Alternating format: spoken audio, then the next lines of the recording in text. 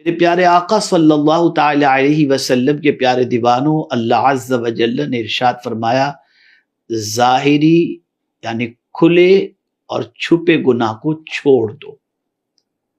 اللہ نے فرمایا چھوڑ دو، وَذَرُوا، کھلے گناہ بھی چھوڑ دو، ظاہر الاسم و باطنہ، اور چھپے گناہ بھی چھوڑ دو۔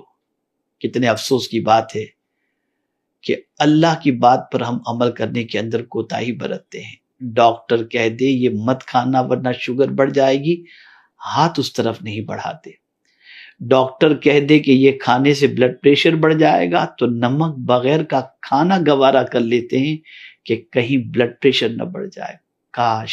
کاش کہ ایسا ہوتا کہ ہم اپنے رب کے حکم کو بھی فالو کرنے کے اندر ڈاکٹر سے بھی زیادہ اہمیت اللہ کے فرمان کو دیتے۔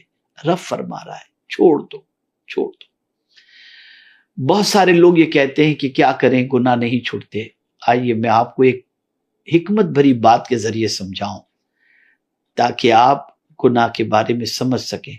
بسا اوقات لوگ کہتے ہیں کہ ہم سے چھوٹے گناہ سرزد ہو جاتے ہیں، بڑے گناہ سے ہم بچتے ہیں، تو اس کو بھی میں تھوڑا سا سمجھا دوں۔ ایک حکمت بھری بات آپ کو سمجھاؤں گا نا، اس سے انشاءاللہ آپ سمجھ جائیں گے۔ گناہ کی مثال پہاڑ کی طرح ہے کہ پہاڑ کی طرف آپ اگر دیکھیں تو پہاڑ سے اگر کوئی نیچے اترنا چاہے تو ایک قدم جیسے ہی اٹھاتا ہے پہاڑ سے نیچے اترنے میں تو دوسرا قدم خود بخود اٹھتا چلا جاتا ہے۔ ایسے ہی ایک بار اگر گناہ کرو تو گناہ کی طرف دوسری بار قدم اٹھانے کی ضرورت نہیں پڑتی، خود بخود وہ پیر گناہ کی طرف بڑھتا چلا جاتا ہے۔ اسی لیے فرمایا کہ گناہ کی طرف قدم نہ بڑھاؤ، گناہ چھوڑ دو۔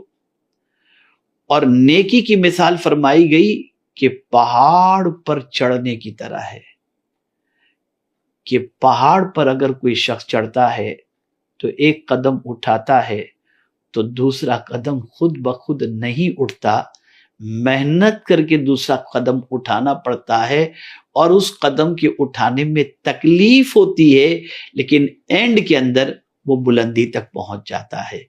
تو نیکی کی طرف قدم بڑھانے میں تکلیف ہوتی ہے، اور اگر گناہ کی طرف کسی نے قدم بڑھایا تو بالکل اس کے قدم پھر خود بخود گناہ کی طرف اور بڑھتے چلے جاتے ہیں۔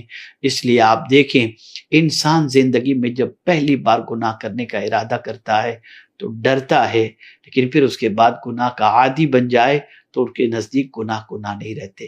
یاد رکھیں میرے رب نے فرمایا وَذَرُوا ظَاهِرَ الْإِثْمِ وَبَاطِنَهُ، کھلے اور چھپے گناہ چھوڑ دو۔ آؤ ہم اللہ عز و جل کے فرمان پر عمل کا ارادہ کریں اور اللہ کی بارگاہ میں توبہ کرتے ہوئے آئندہ چھپے اور کھلے گناہ سے اپنے آپ کو بچانے کی کوشش کریں۔